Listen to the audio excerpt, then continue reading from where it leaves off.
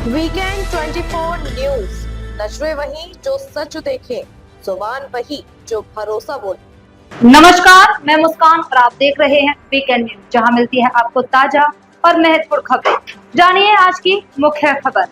शहर कोतवाली क्षेत्र में 10 अगस्त को राकेश की हत्या का पुलिस ने खुलासा करते हुए हत्यारोपी उसके भतीजे उमेश उर्फ अर्जुन को गिरफ्तार कर लिया। उमेश वर्तमान में रिजपालपुरी में बबलू के मकान में किराए पर रह रहा था। पुलिस के मुताबिक 10 अगस्त को शराब के नशे में दोनों के बीच विवाद हुआ। गुस्से में उमेश ने राकेश का सिर दीवार पर मारा और फिर ईंट से कई बार करके हत्या कर दी। उसके शव को कंबल में लपेटकर बेड की दीवार में छुपा दिया और बाद में छत से नाले में फेंक दिया। घटना के बाद उमेश हरिद्वार, ऋषिकेश और मथुरा भाग गए। पुलिस ने हत्यारोपी की निशानदेही पर हत्या में प्रयुक्त खून से सनी ईंट, कंबल और तौलिया बरामद किया। कोर्ट में पेशी के बाद उमेश को जेल भेज दिया गया।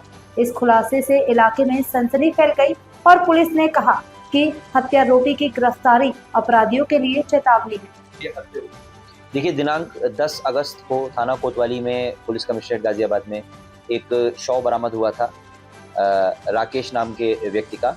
और पिछले कई दिनों से पुलिस इसमें जो वांछित अभियुक्त था उसकी गिरफ्तारी का प्रयास कर रही थी। कल इस अभियुक्त उमेश को जिसने ये हत्या की घटना कारित की है उसे यहीं गाजियाबाद से गिरफ्तार किया गया है।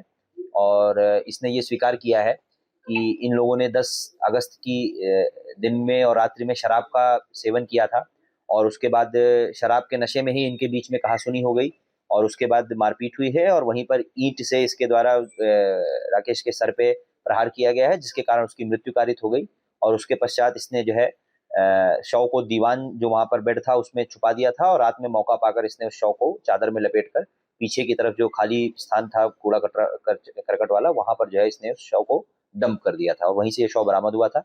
ये उसके बाद से ये घटना स्थल से वहां से फरार हो गया था। हरिद्वार, फरीदाबाद, मथुरा इत्यादि पर जगहों पर ये घूम रहा था। फोन ये कोई भी यूज नहीं कर रहा था, इस कारण इसका लोकेशन ट्रेस करने में हमें थोड़ी समस्या हुई। लेकिन इसके पश्चात इसे यहाँ से गिरफ्तार किया गया है कोतवाली से और इसने अपना जो जुर्म है उसका इकबाल कबूल किया है उसे। तो जैसे आपने बताया कि फोन वगैरह यूज करता था, पुलिस के लिए कितना चैलेंज था इसको गिरफ्तार करना? देखिए, एक ये ना कोई फ़ोन यूज़ कर रहा था, इसने नंबर स्विच ऑफ कर रखा था और इसके अलावा कोई बैंक ट्रांज़ैक्शन भी इस तरीके का इसका नहीं था। तो ये जहाँ पर गया वहाँ पर भीख माँगकर या बेलदारी का काम करके ही जो पैसे मिल रहे थे उससे इसने गुज़ारा किया है। तो इस कारण चुनौती थी, लेकिन पुलिस ने मैनुअल इनपुट पे काम करते हुए और जो भी इसके सीसीटीवी फुटेज वगैरह थे, उस पे काम करते हुए इसको ट्रेस आउट किया है और फिर इसकी गिरफ्तारी की गई है। कितने सीसीटीवी होंगे आपकी तरफ से खंगाल में? देखिए, ये घटना स्थल से जुड़े हुए सारे सीसीटीवी खंगाले गए। इसके अलावा इसके जितनी भी जहाँ-जहाँ भी इसकी रिश्तेदारी थी, जहाँ ये संभावित स्थानों पर जा सकता था, वहाँ सब जगह पूछताछ की गई है, वहाँ के फुटेज लिए गए हैं। और उसके बाद ही ये ट्रेस आउट हुआ कि आज ये कल जो है ये कोतवाली में पेश होने आया हुआ है। उसके बाद टीम ने यहाँ पर भी काफ़ी देर यहाँ पर प्रयास किया, उसके पश्चात इसको गिरफ्तार किया गया। नशे का आदी बताया जा रहा है और मौत का कारण भी नशा बना, ये अपने आप में एक बड़ा सवाल है। हाँ, देखिए, जैसा कि बता रहे हैं कि ये लोग अक्सर अमूमन शराब बैठकर पिया करते थे और एक ही गाँव के रहने वाले थे। लंबे समय से ये परिचित भी था, इसका जानने का वाला था।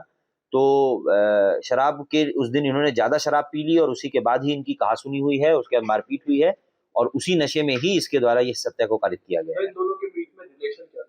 ये कह रहे हैं कि ये इसका दूर के रिश्ते में चाचा लगता था। क्या बरामद किया गया है? इससे आला कत्ल जो ये जिस ईंट से इसने इसकी हत्या की वो बरामद है, जिस तौलिए से इसने उनको साफ किया है वो भी बरामद हो गया है और चादर में जो लपेटा गया था वो भी बरामद है। ऐसे शराबियों के लिए क्या कहना चाहेंगे आगे भविष्य में हम जनता को?